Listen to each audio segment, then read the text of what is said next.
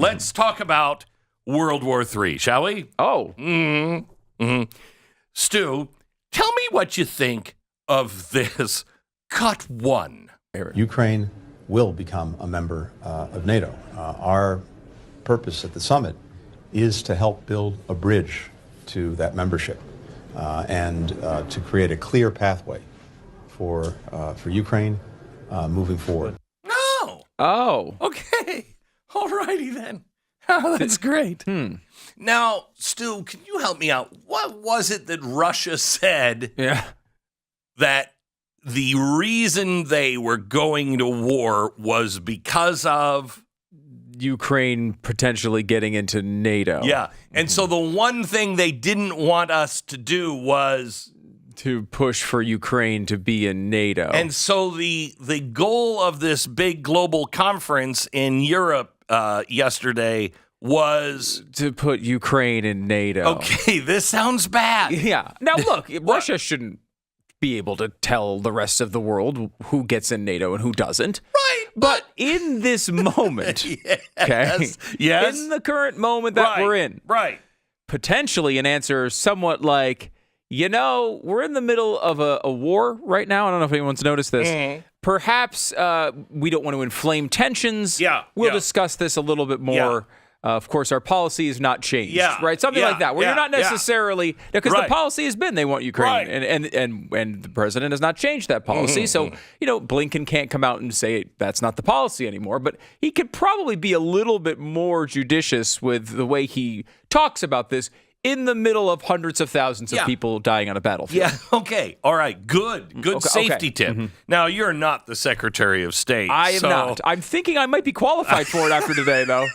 Like, I kind of thought I was way too much of an idiot to get that job, but that might be the main qualification. Yeah, I don't think you are. I don't think you are. Now, at the same table, at the same time, the president of France, Macron, has been saying lately he's thinking about sending troops. Now, remember, another thing Russia has said is, you guys get involved, then you're involved. And I target you as well. So, Macron, now, help me out, because we may have slipped through another wormhole. No. Okay? In the universe that I went to sleep in last night, France were wusses. France never, they were not exactly they were lovers, they weren't fighters. And they were the joke in the universe I came from, that like France, will surrender to your suitcase. So not a carry-on. It's got to have to be a full checkable bag. Well, not necessarily. No? Not necessarily. You may be from a different universe than I am. Okay, that's true. Okay. Have we slipped through a wormhole? How is it that France, of all places, is beating their chest going, you know what? We got a military and we're going to use it. When did that happen? Why are we listening to France? Why? Okay, so Macron also said that he knows for sure Russia's going to target the Paris Olympics. They're going to do it. They're going to do it. Okay, so that's good. Now, this has not been a problem at all for oil prices. Yes, it went up to $90 a barrel, but that probably has something to do with Iran getting ready to attack Israel and full-fledged war breaking out in the Middle East, which would drive the price of oil through the roof. Could anybody say $200 a barrel? By the way, America, the economy is built for $100 to $110 a barrel. It doesn't survive long, the economy. Anything over that, that's what we've already priced in. If you remember, 2008, it was this sustained, what was it, Stu, $130 or $40 a barrel? That seems high from my memory. I think it was a little lower than that. But with inflation, it would certainly be at least that high. Right. So with inflation, $110 of those days is like, $190, like $200, $3,000, whatever it is today. So it was a sustained over 120. And I had been warning about it. You can't, with everything is so delicate right now, you cannot handle that. It will break the back of the economy. Well, it did, and we had the 2008. We're talking now possibly $200 a barrel. $200 a barrel. And what is our government doing? They're saying they're not going to fill the strategic oil reserve because it's now too expensive. I don't know. I say we bite the bullet. We don't seem to have a problem sending billions of dollars overseas for, like, I don't know. France needs animal crackers. Let's get them. Let's get the animal crackers to France, quick. They need $10 billion for animal crackers. We seem to find the money to do whatever we want. Why can't we find the money to fill the strategic oil reserve? From the people who brought you Afghanistan comes an empty strategic oil reserve. Who would have seen it coming? And, of course, no weapons, because we gave them all to other countries. Yeah. So you have that going on as well. Oh, and by the way, because of corruption and everything else in our government, all of our F-35s, only 25% of them are mission capable. But don't worry, it was just the most expensive airplane ever built. So it's more like an F-9 or an F-8. Yeah. That's what we have left. Yeah, okay. If the F-8s didn't work. So also, we have Antony Blinken yesterday. I love Antony. I love the fact that his name is not Anthony. No, it's Antony. Antony.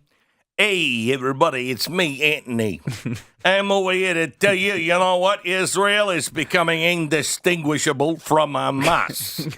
You know what I'm saying? Because they're doing too many bada bings and bada booms. And they got to stop the bada booms. I might support him if he sounded like that. I might be okay with it. I would at least enjoy this trip to World War III. Sure. You know what I mean? It's a much more fun version. So we got a little World War III, huh? You know what I'm saying? Bada bing, bada boom. And when I say bada boom, what I'm talking about is what happened in Washington, D.C. Boom. It's gone. Good thing I wasn't there. I was at a strip club that night. I was the one that was held back, for in case of a catastrophic, event, and it went bada boom, and she was going bada bing on stage. You know what I'm saying? Okay, so yesterday, Antony Blinken said those words: Israel is becoming indistinguishable from Hamas. Okay. All right. And Joe Biden, he laid it down on the terrorists. Okay. You know, all those terrorists, the Houthis. Man, they're vicious, those Houthis. So the Houthi terrorists have been, launching rockets at our ships, at the ships in China, everything else. They've been attacking the ships. And Joe Biden came out yesterday, with a strong bada bing. He came out and he said, listen, I don't know who the terrorists, and the Houthi terrorists decide that they won't launch any more missiles. I won't call them terrorists, okay? So I'll use a nicer descriptor word for the Houthis. If they just stop bombing, I won't call them terrorists anymore. What's going on with his voice? Did he have several Red Bulls before this? Wait.